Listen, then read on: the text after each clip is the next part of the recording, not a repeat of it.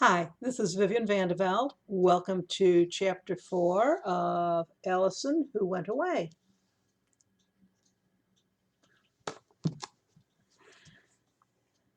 In the bathroom, Connie, who's always assured me that my date for the 8th grade formal wasn't all that bad, reveals her true thoughts. Without my saying a word about spilled punch, bruised toes, sweaty palms that wrinkle the back of my dress, or the kind of 14-year-old who has ambitions to be a professional bowler when he grows up, she tells me, no more Freddie Dorfmeisters. It's time for you to meet boys on your own.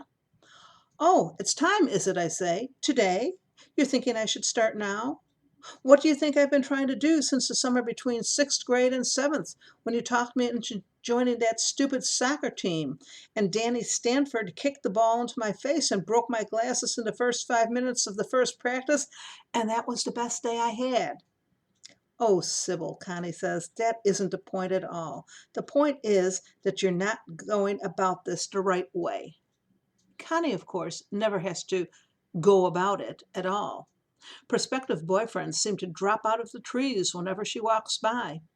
She asks me, how are you going to meet anybody interesting if you spend all your time at Mother of Sorrows? You're right, I tell her. I'll cut classes tomorrow and hang around downtown watching all the drunks and bag ladies and Lincoln High dropouts. Someone fascinating is sure to engage me in meaningful conversation eventually. Connie, who's known me just this side of forever and knows when I'm being sarcastic and when I'm being serious in a sarcastic tone, says, not amusing, Sybil. Two juniors come in to use the facilities. Connie has been checking herself out in the mirror and has assured herself that she looks presentable. Actually, she looks perfect. I don't even bother to check my own reflection, though I do check my glasses and finally realize that I'm not going blind. It's just that my lenses are all fingerprinty. I'm hoping Connie won't continue the conversation while the other girls are in here. She hikes herself up on the windowsill, which leaves me with the options of sitting down on one of the toilets or on the heat register or of standing. Sitting on the register seems risky for mid-October. Those things can heat up real fast. I choose to stand. What I'm talking about, Sybil, Connie says, even though the other girls are still here, is a change of scenery. Yeah, I say noncommittally, so the other girls won't know what we're talking about. How about spending some of your time at O'Gorman? This is a real letdown. Not only that, but one of the girls who's been washing her hands gives me a wary look out of the corner of her eye. Cardinal O'Gorman High School only accepts boys, I remind Connie. Connie wiggles her eyebrows at me. Exactly. Exactly, I repeat. Connie, I don't get your point. I'm talking about after school, Connie says. Don't you read her own newspaper? She pulls out a scrap of paper she's torn from last week's issue of the Gabriel. She's one of the staff writers, which is the only reason she reads it. See, tonight's the last night of tryouts for their school play. The two juniors are leaving the room. Before the door swings shut, I hear one sneering to the other. Looking for boys. I'm assuming they can figure out which one of us is more likely to find one. Connie says, don't wrinkle your nose at me. It's a good idea. I shrug.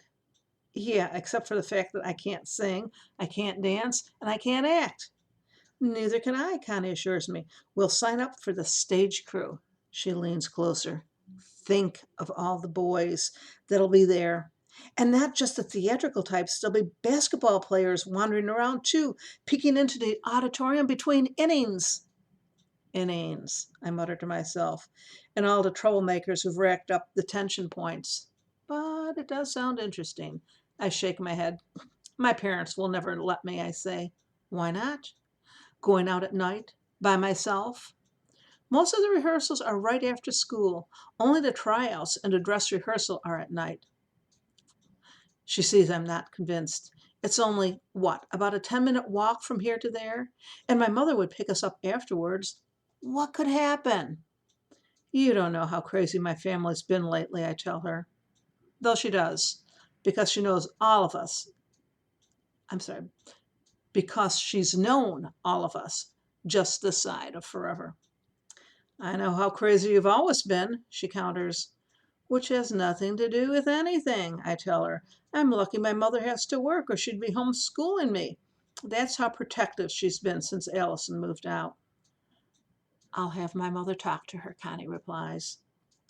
It's a possibility, I suppose. I nod, just as the first bell rings. We've been talking in the bathroom in the basement behind the cafeteria. My next class is music on the fourth floor. And I haven't been to my locker yet to pick up what I'll need for the afternoon. 15 minutes into John, and I go running out of there without even having had the time to pee. That was chapter 4 of Alison, Who Went Away.